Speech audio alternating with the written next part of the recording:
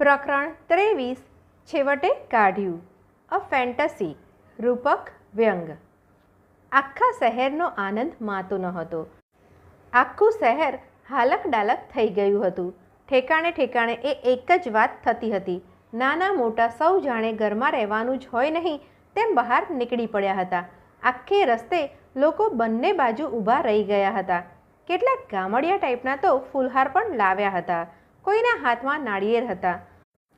ફૂલો વેરવાવાળાની સંખ્યા પણ નાની સૂની ન હતી. સૌ આશ્ચર્યચકિત થઈને એને આવતું જોઈ રહ્યા હતા. અને અંતે એ આવ્યું. 1 કરોડ તો 1 કરોડ, પણ શહેર આખું સુખી થઈ જાય એવું હતું.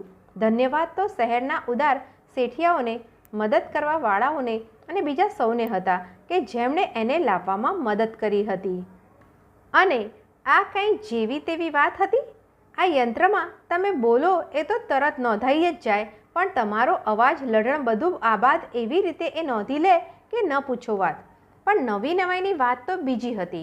તમારા મનના વિચારની પણ એ આબેહૂબ નકલ કરી લે. તમારી વૃત્તિના ફેરફાર નોંધે. તમે જે કંઈ ઈચ્છો તેની પણ વિશ્વાસ લાયક નોંધ આપે. તમારા મૂંગા વિચારોને પણ એ વાચા આપે. ગજબની વાતો તો આ હતી. અને આખું શહેર માનતું હતું કે આ યંત્ર આવતા હવે આખા શહેરમાં કોઈ ખોટી રીતે વર્તી નહીં શકે. આ યંત્ર જ મોટામાં મોટી થાપણ બનશે. એ સત્યની હવા ફેલાવી દેશે. અને તેથી આજે એને આવતું જોવા માટે આખું ગામ ઘેલું બની ગયું હતું. અંતે એ આવ્યું. એનો દેખાવ પણ ખાસો માણસ જેવો હતો. છેટે તે તો જાણે માણસ ચાલતું હોય તેમ લાગે.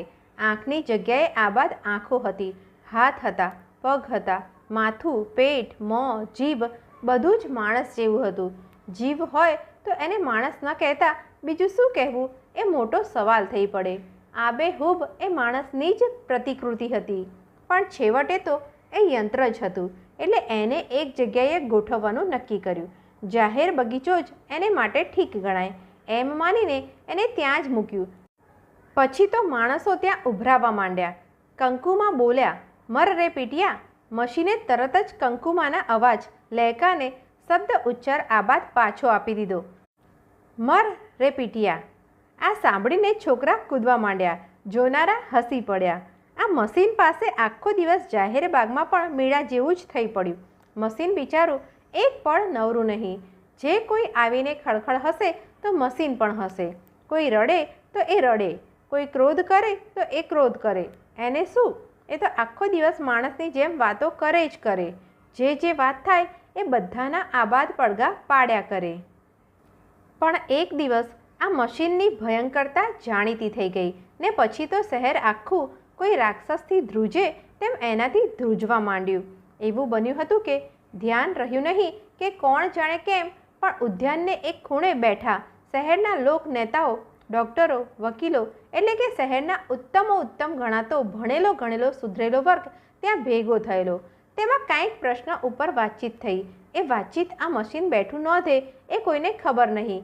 એ તો જેમ કરતા હતા તેમ કરવા માંડ્યા.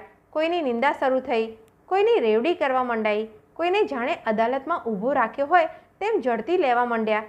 એટલું જ નહીં, એકબીજાને મોંએથી હા હા ભણવા છતાં મનમાં તો એને જ મૂર્ખ માનવા માંડ્યા. અને કોઈને ખબર નહીં આ રાક્ષસી મશીન આવી વાત નોંધે છે. બીજે દિવસે પાછો એક મેળાવડો ત્યાં હતો.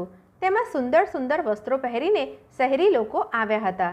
જયસુખલાલ મનસુખલાલ ઉપર ને મનસુખલાલ મોહનલાલ ઉપર ને મોતીલાલ પરમાનંદને ને પરમાનંદ મોતીભાઈને એમ એકબીજા ઉપર જાણે પ્રેમની અમૃતધારા વરસાવતા ઓછા થઈ રહ્યા હતા.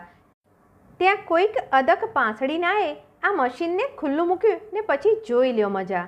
એમાં તો બધાના ખરા વાણી, વિવેક, વિચાર નોંધાઈ ગયા હતા. ગઈકાલે એમણે આખા ગામ વિશે વાતો કરી હતી એ ત્યાં હતી. એટલે હજી તો જ્યાં મનસુખલાલ મોહનલાલને વિવેકપૂર્વક કહી રહ્યા હતા કે કા મોહનભાઈ, કેમ તબિયત તો સારી છે ને? હમણાં કાંઈ અમારી તરફ ફરક્યા નથી એમ ઉપર ટપકેનો ખોટો મોં વિવેક કરી રહ્યા હતા. એટલામાં તો આ મશીને એમના ગઈકાલના જે વિચાર નોંધેલા તે બોલવાનું શરૂ કર્યું. મનસુખલાલ તો ધરતી માર્ગ આપે તો સમય જવા જેવા થઈ ગયા. મશીન થોડું કે સમજે એ તો બોલવા જ માંડ્યું. મનસુખલાલના જ મોહનભાઈ વિશે કરેલા મનના સાચા વિચાર નોંધેલા તે ફેંકવા માંડ્યું. સાળો, આ શું સમજતો હશે? બેટમજી, તમે મસ્કો લગાડીને અમારો હક ડૂબાવ્યો છે, પણ તમારોય વારોય આવશે. એક હેડમાસ્ટર એક લેખકને મોંએથી કહી રહ્યા હતા, સાહેબ, આપનું છેલ્લું પુસ્તક ઘણું સુંદર, પણ ત્યાં તો મશીન એના ખરા વિચારની નોંધ આપતું બોલી રહ્યું હતું.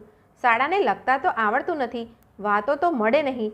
હેડમાસ્ટરને પણ થયું કે ઉપરથી કાંઈક ઝાડબાડ પડે તો સારું.